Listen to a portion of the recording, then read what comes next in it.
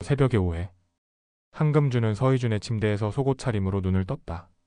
지끈거리는 머리를 부여잡고 주변을 둘러보니 낯설지 않은 방이었다. 어렴풋이 기억이 났다. 어젯밤 제사상을 엎지르고 집에서 뛰쳐나왔다가 정신을 잃었던 것 같은데. 야한 짓은 못할 정도로 취했었어. 문 밖에서 들려오는 서희준의 목소리에 금주는 화들짝 놀랐다. 누군가와 전화를 하고 있는 것 같았다. 야, 옷도 토사물이 묻어서 어쩔 수 없이. 아니야, 정말 아무것도? 응, 알겠어. 통화를 끊는 소리가 들리자 금주는 급히 주변을 살펴봤다. 자신의 옷은 보이지 않고 침대 맡에는 깔끔하게 개어진 남성 셔츠가 놓여 있었다. 이 상황이 얼마나 위험한지 깨달은 금주는 조심스럽게 문을 열어 복도로 나갔다. 일어났네. 서희준이 찻잔을 2개 들고 거실에서 나타났다. 금주는 그의 시선을 피하며 얼굴을 붉혔다. 내 옷은? 세탁기에 돌리고 있어. 어젯밤에 토했거든. 정적이 흘렀다. 서희준은 찻잔을 내밀며 말했다. 다시 그러면 안 돼. 이번엔 내가 봐서 다행이지만. 팠다는 게 무슨 뜻이야? 금주의 목소리가 떨렸다. 서희준은 한숨을 쉬며 답했다. 네가 생각하는 그런 게 아니야. 단순히 응급처치였을 뿐이야. 동네의 술렁임. 한편 포천 동네는 한금주의 행방 때문에 온통 시끄러웠다. 김광옥은 새벽부터 동네 이곳저곳을 뒤지고 다녔고 한현주도 쌍둥이들을 봉선아에게 맡기고 나와 있었다. 엄마, 금주 어디 있을까요? 현주가 걱정스럽게 물었다. 그 애가 제 정신이었으면 이런 일은 없었을 거야. 김광옥은 한숨만 내쉬었다. 이때 봉선욱이 다가와 말했다. 광옥 이모, 혹시 서희준 형 집은 확인해 보셨어요? 어젯밤에 그쪽으로 가는 걸 본 것 같은데. 김광옥과 현주는 동시에 서희준의 집을 향해 걸었다. 그때 집에서 나오는 한금주와 마주쳤다. 금주는 서희준의 셔츠를 걸치고 있었고 그 뒤로 의준이 따라 나왔다. 금주야. 현주가 달려가 동생을 끌어안았다. 김광옥은 서희준을 노려보며 말했다. 서희사, 설명 좀 해봐. 작은 마을의 큰 소동. 소문은 3시간에 퍼졌다. 기범 엄마는 갈빗집에서 손님들에게 큰 소리로 말했다. 그러게 말입니다. 아무리 그래도 미혼 남녀가 그렇게 하룻밤을. 뭔 소리야, 그냥 도와준 거지. 기범 아빠가 끼어들었다. 당신은 맨날 한정수 편만 들고.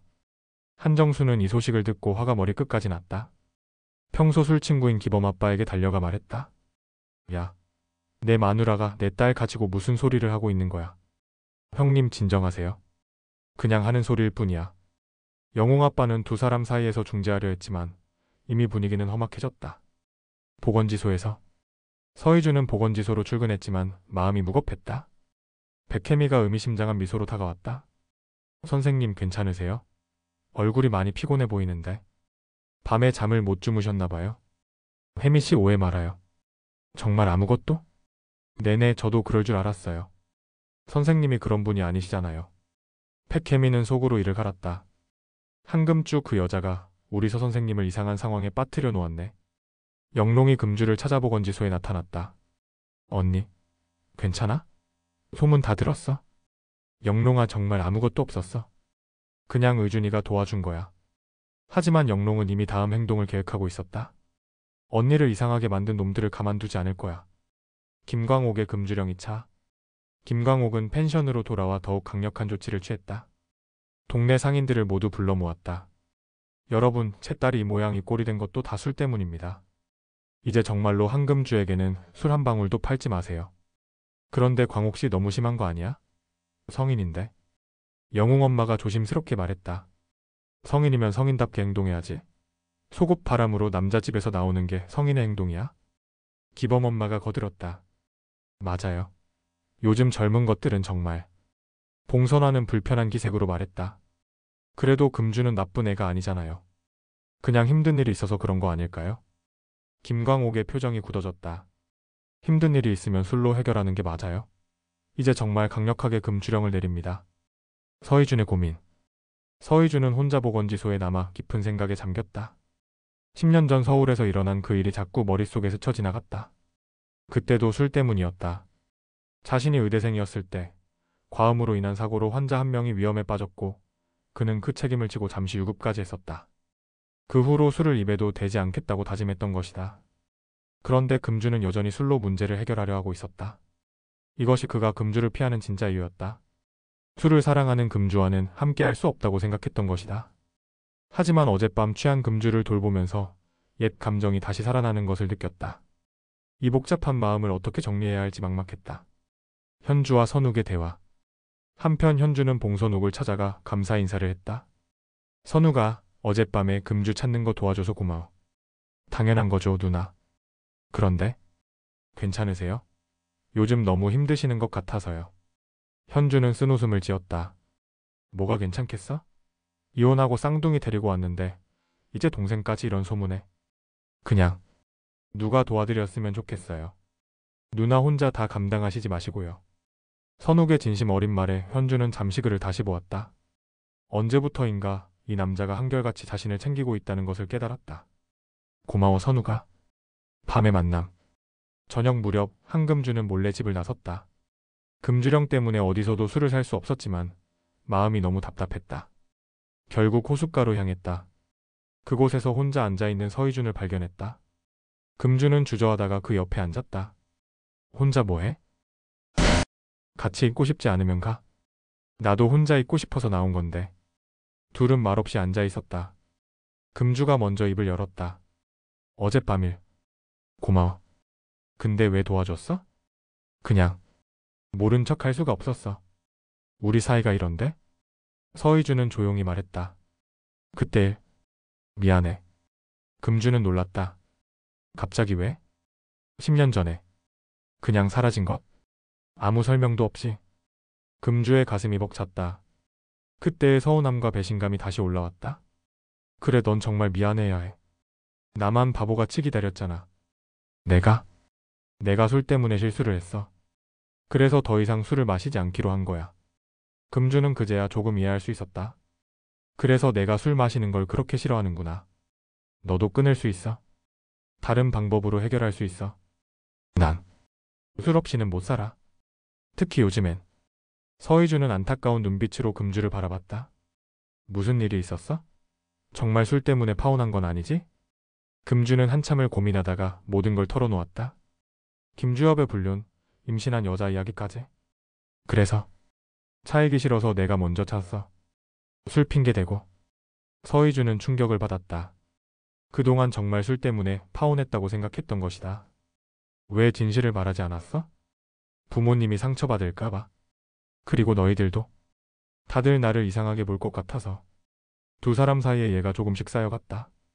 가족의 화해. 그날 밤 늦게 금주가 집에 돌아왔을 때 온 가족이 거실에 앉아 있었다. 김광옥, 한정수 그리고 현주까지. 금주야, 김광옥이 부드럽게 말했다. 우리 좀 진솔하게 얘기하자. 금주는 주저하다가 모든 진실을 털어놓았다. 김주엽의 불륜, 자신이 왜 술 핑계로 파혼했는지까지. 김광옥은 울분을 터뜨렸다. 그런 놈을 왜 혼자서 감쌌어? 우리가 알았다면.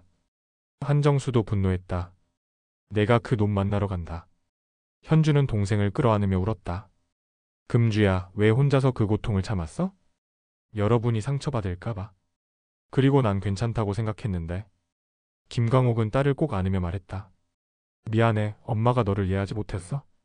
금주령 같은 건 취소야. 하지만 앞으로는 술로 문제를 해결하려 하지 마. 새로운 시작. 다음날 아침 포천에는 새로운 소식이 퍼져나갔다. 한금주가 김주엽의 불륜 때문에 파혼했다는 진실이 알려진 것이다. 동네 사람들은 금주에게 동정과 지지를 보냈다. 특히 기범 엄마는 제일 먼저 사과했다. 금주야, 미안해. 엄마가 모르고 그런 소리 했어. 영웅 엄마도 다가와 따뜻한 말을 건넸다. 힘내라, 금주야. 시간이 지나면 다 좋아질 거야. 서희준도 보건지소에서 금주를 기다리고 있었다. 괜찮아? 응, 이제 좀 시원해. 비밀 간직하는 것도 힘들어. 술 정말 끊을 수 있어? 금주는 잠시 생각하다가 말했다. 노력해볼게. 하지만 조금은 기다려줘. 서희준은 미소를 지었다. 나도? 다시 시작할 준비가 된 것 같아. 뭘? 우리 사이를? 에피로그?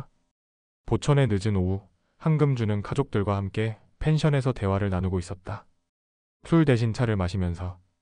금주야, 앞으로 어떻게 할 거야? 현주가 물었다. 일단 서울로 돌아가서 일 정리하고. 그 다음에 생각해볼게. 의준이랑은 어떻게 할 거야? 김광옥이 의미심장하게 물었다. 금주는 살짝 얼굴을 붉히며 답했다. 천천히.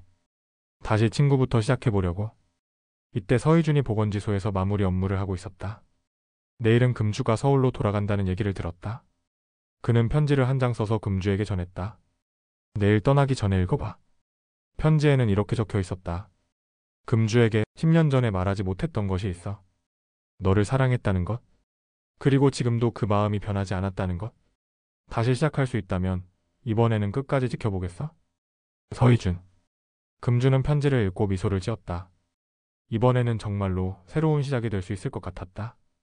그로부터 몇 주 후 포천으로 돌아온 금주는 펜션 일을 도우면서 서희준과 조금씩 가까워져 갔다. 술 대신 찾은 건 새로운 취미였다. 서희준과 함께하는 호수 산책, 책 읽기, 요리 배우기. 변화는 쉽지 않았지만 이번에는 혼자가 아니었다. 가족도 있고 의준도 있고 무엇보다 자기 자신을 믿는 마음이 있었다. 포천의 작은 마을에서 시작된 두 번째 이야기는 이렇게 조금씩 희망적으로 변해가고 있었다.